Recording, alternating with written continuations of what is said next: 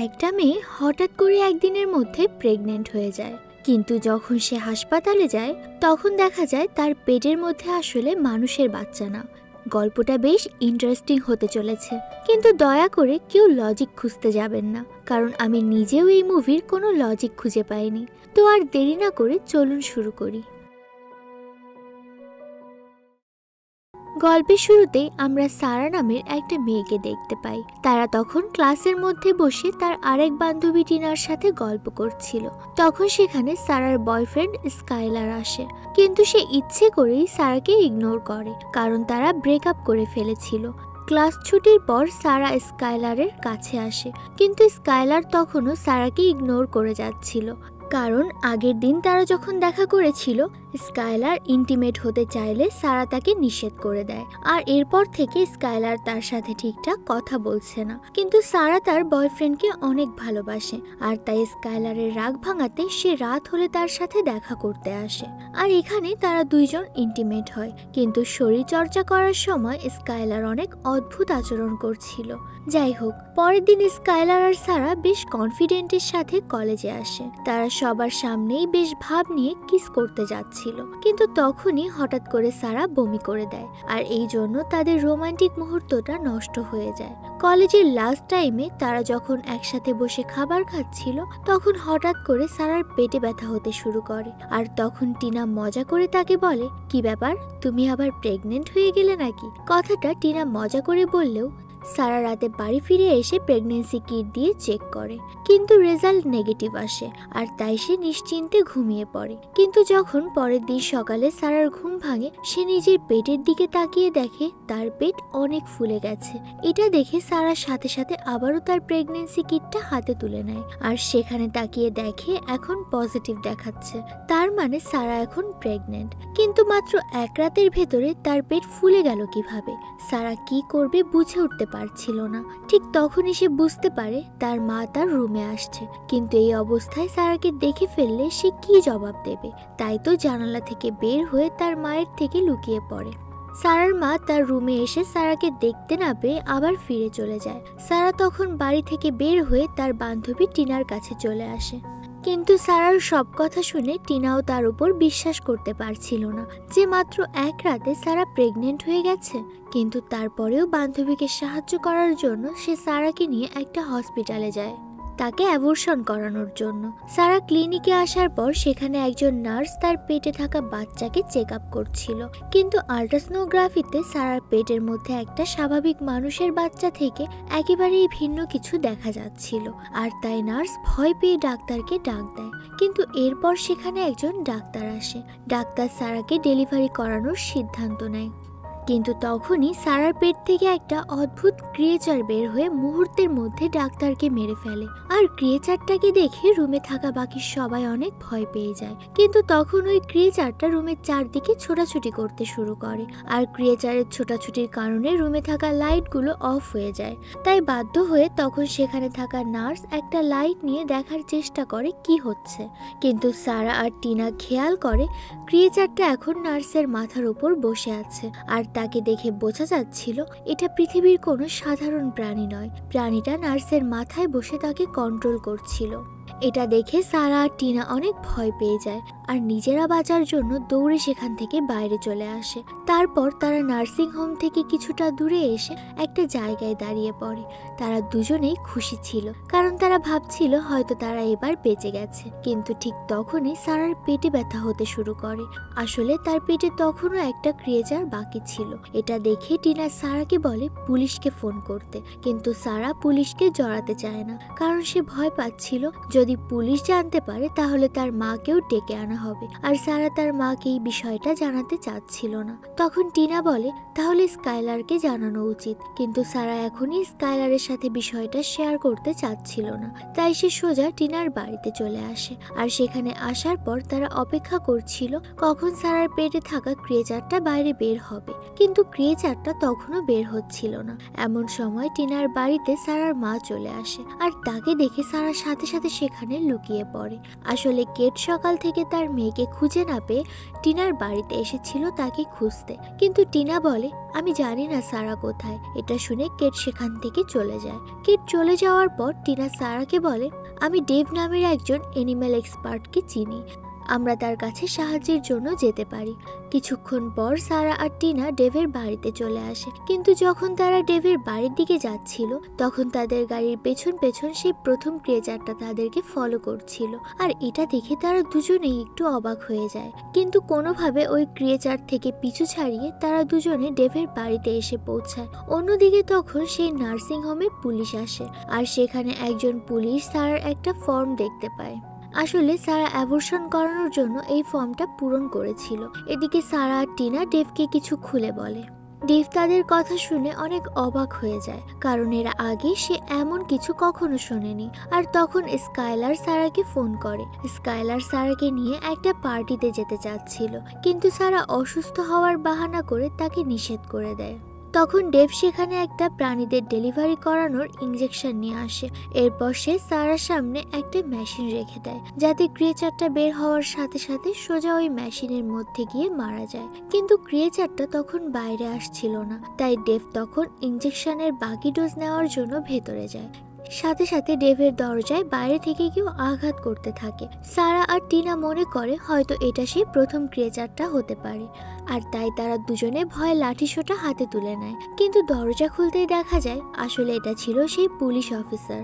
আর তখন এই অফিসার সারা আর টিনাকে ধরে সেখান থেকে থানায় নিয়ে আসে। থানায় আনার পর সারার মাকেও সেখানে ডাকা হয়। কেট সেখানে এসে সারার এই অবস্থা দেখে, তারপর অনেক রাগ করে, কিন্তু অফিসার তখন কেটকে রুমের বাইরে নিয়ে যায় আর সেখানে তাকে বোঝায় সারার এই অবস্থায় তার সাথে রাগারাগি না করে শান্তভাবে কথা বলতে হবে। অফিসারের কথা মেনে নিয়ে কেট আবারও ভেতরে আসে, আর এবার সে সারার সাথে শান্তভাবে কথা বলার চেষ্টা করে। তখন সারা বলতে থাকে কিভাবে সে একদিনের মধ্যে প্রেগনেন্ট হয়ে গেছে, আর তার পেট থেকে একটা এলিয়েন ক্রিয়েচার বের হয়েছে। ওই ক্রিয়েচারটাই নার্সিং হোমের সবাইকে মেরে ফেলেছে। কিন্তু কেট সারার কোনো কথাই বিশ্বাস করতে পারছিল না। তখন টিনাও সাক্ষী দেয় যে সারা সব সত্যি কথা বলছে। আর তখন পুলিশ স্টেশনের বাইরে একজন পুলিশ অফিসার দাঁড়িয়ে সিগারেট খাচ্ছিল, কিন্তু তখন সেখানে সে ক্রিয়েচারটা অন্য একটা মানুষকে কন্ট্রোল করে চলে আসে, আর সে প্রথমেই পুলিশ অফিসারকে মেরে ফেলে। তারপর ক্রিয়েচারটা পুলিশ স্টেশনের ভেতরে ঢোকে, আর ক্রিয়েচারটাকে দেখে স্টেশনে থাকা সবাই ভয়ে তাকে গুলি করতে শুরু করে। কিন্তু এতে ক্রিয়েচারটা শুধুমাত্র যে মানুষের উপর ভর করেছিল সেই মারা যায়, কিন্তু ক্রিয়েচারটার কিছুই হয় না। সে তখন অন্য একটা পুলিশ অফিসারের ওপর আক্রমণ করে, আর তখন অফিসার অস্কার সারা আর কেটদেরকে একটা লকআপে পাঠিয়ে দেয়। কিন্তু কেট তখনও বুঝতে পারছিল না আসলে সারার সাথে কিভাবে কি হয়েছে, কারণ মাত্র একদিনের মধ্যে সে প্রেগনেন্ট হয়ে গেল কিভাবে। তখন টিনা বলতে থাকে স্কাইলার সারার সাথে ইন্টিমেট হওয়ার পরেই এসব কিছু শুরু হয়েছিল। তখন তাদের সাথে সেখানে ডেভও ছিল। ডেভ বলে এবার আমি বুঝতে পারছি আসলে বাইরে থাকা ক্রিয়েচারটা সারার পেটে থাকা ক্রিয়েচারকে চায়, আর এজন্যই সে এতক্ষণ ধরে তাদের পিছু করে আসছে। কিন্তু এদিকে তখন বাইরে ওই ক্রিয়েচারটা একটা পুলিশ অফিসারের ওপর কন্ট্রোল নিয়ে বাকি সব অফিসারদেরকে মারতে শুরু করেছে। আর এটা দেখে ভয়ে সারা আর তার সাথীরা চুপি চুপি সেখান থেকে পালাতে শুরু করে। আর তখন সেখানে অফিসার অস্কার এসে তাদেরকে থামায়। সে জিজ্ঞেস করে তোমরা কোথায় যাচ্ছ, কিন্তু তখন সেই ক্রিয়েচারটা অস্কারের ওপর আক্রমণ করে দেয়, এমনকি একটা কলম তার চোখে ঢুকিয়ে দেয়। তখন ডেভ সামনে এসে ক্রিয়েচারকে বলে তুমি আর কাউকে মেরো না, আমি এখনই ইনজেকশন দিয়ে তোমার সাথীকে বের করে দিচ্ছি। কিন্তু এটা শুনেও ক্রিয়েচার ডেভের গলা ঘুরিয়ে তাকে মেরে ফেলে।